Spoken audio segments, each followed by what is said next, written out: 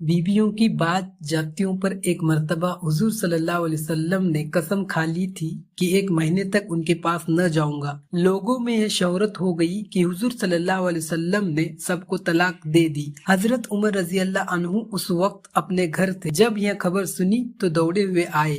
मस्जिद में देखा कि लोग अलग अलग तौर पर बैठे हुए हुजूर सल्लल्लाहु अलैहि वसल्लम के रंज और गुस्से की वजह से रो रहे हैं। बीबियां भी सब अपने अपने घरों में रो रही हैं। अपनी बेटी हजरत हफ्सा रजी अल्लाह अन्हु के पास तशरीफ ले गई। वह भी मकान में रो रही थी। फरमाया कि अब क्यों रो रही है? क्या मैं हमेशा इससे नहीं डराया करता था कि हुजूर सल्लल्लाहु अलैहि वसल्लम की नाराजगी की कोई बात न किया कर। इसके बाद मस्जिद में तशरीफ लाए। वहाँ एक जमात मिंबर के पास बैठी रो रही थी। थोड़ी देर वहाँ बैठे रहे मगर शिद्दत रंज से बैठा न गया तो हुजूर सल्लल्लाहु अलैहि वसल्लम जिस जगह तशरीफ फरमा रहे थे उसके करीब तशरीफ ले गए और हजरत रिबा रजी अल्लाह अन्हु एक गुलाम के जरिए से जो दोबारी के जीने पर पांव लटकाए बैठे थे अंदर हाजिरी की इजाजत चाहिए। उन्होंने हाजिरी खिदमत होकर हजरत उमर रजी अल्लाह अन्हु के लिए इजाजत मांगी मगर हुजूर सल्लल्लाहु अलैहि वसल्लम खामोशी से फरमाया, कोई जवाब न दिया। हजरत रिबा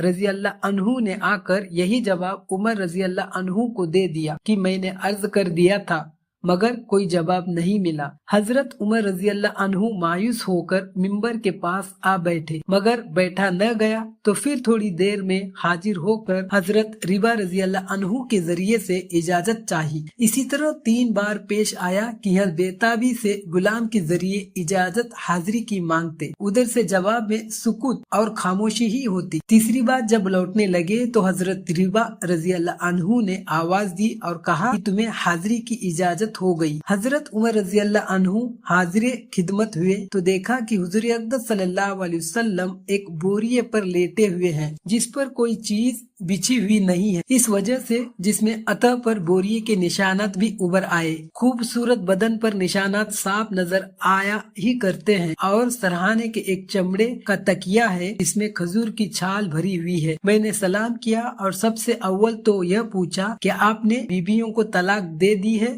आपने फरमाया नहीं। इसके बाद मैंने दिल बस्तगी के तौर पर हुजूर सल्लल्लाहु अलैहि वसल्लम से अर्ज किया, या रसूलुल्लाह सल्लल्लाहु अलैहि वसल्लम, हम कुरैशी लोग औरतों पर गालिब रहते हैं मगर जब मदीना आए तो देखा कि अंसार की औरतें मर्दों पर गालिब हैं। उनको देखकर कुरैशी औरतें भी उससे मुतासिर हो गई। इसके बाद मैंने एक आध बात और की जिससे नबी अकरम सल्लल्लाहु अलैहि वसल्लम के चेहरे अनवर पर तबस्सुम के आसार जाहिर हुए। मैंने देखा कि घर का कुल सामान यह था, 3 चमड़े बगैर दबागत दिए हुए और एक मुट्ठी जौ एक कोने में पड़े हुए थे। मैंने इधर उधर नजर दौड़ा कर देखा तो इसके सिवा कुछ न मिला। मैं ये देखकर रो दिया। हुजूर सल्लल्लाहु अलैहि वसल्लम ने फरमाया, क्यों रो रहे हो? मैंने अर्ज किया, या रसूलल्लाह सल्लल्लाहु अलैहि वसल्लम, क्यों ना रो कि यह बोरिये के निशानात आपके बदन मुबारक पर पड़ रहे हैं और घर की कुल कायनात यह है जो मेरे सामने है। फिर मैंने अर्ज किया कि या रसूलुल्लाह सल्लल्लाहु अलैहि वसल्लम, दुआ कीजिए कि आपकी उम्मत पर भी वसूअत हो।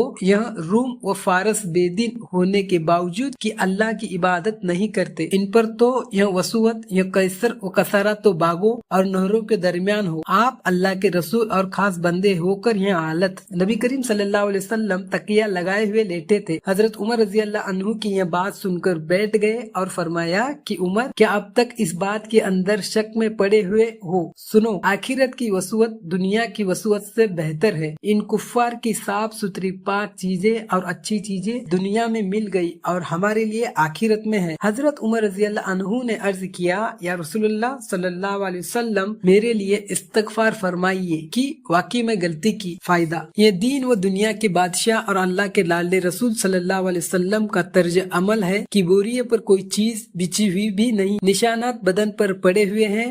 घर के साज व सामान का हाल भी मालूम हो गया। उस पर एक शख्स ने दुआ की दरखास्त की तो तंबीह फरमाई। हजरत आयशा रजी अल्लाह अन्हा से किसी ने पूछा था कि आपके घर में हुजूर सल्लल्लाहु अलैहि वसल्लम का बिस्तरा कैसा था? फरमाया कि एक चमड़े का था जिसमें खजूर की छाल भरी हुई थी। हजरत हफ्सा रजी अल्लाह अन्हु से भी किसी ने पूछा कि आपके घर में हुजूर सल्लल्लाहु अलैहि वसल्लम का कैसा बिस्तर था? फरमाया कि एक टाट था जिसको दोहरा करके हुजूर सल्लल्लाहु अलैहि वसल्लम के नीचे बिछा देती थी। एक रोज मुझे ख्याल हुआ कि अगर इसको चोरा کر کے بچھا دوں تو زیادہ نرم ہو جائے۔ حضور صلی اللہ علیہ وسلم نے صبح کو فرمایا کہ رات کیا بچھا دیا تھا؟ ہم نے عرض کر دیا کہ وہاں ٹاٹ تھا، اس کو چوڑا کر دیا تھا۔ فرمایا اس کو ویسا ہی کر دو جیسے پہلے تھا، اس کی نرمی رات کو اٹھنے میں مانع بنتی ہے۔ اب ہم لوگ اپنے نرم اور روئیدار گدوں پر بھی نگاہیں ڈالیں، اللہ نے کس قدر وسعت فرما رکھی ہے، اور پھر بھی بجائے شکر کے ہر وقت تنگی کی شکایت ہی زبان پر رہتی ہے۔ اللہ تعالی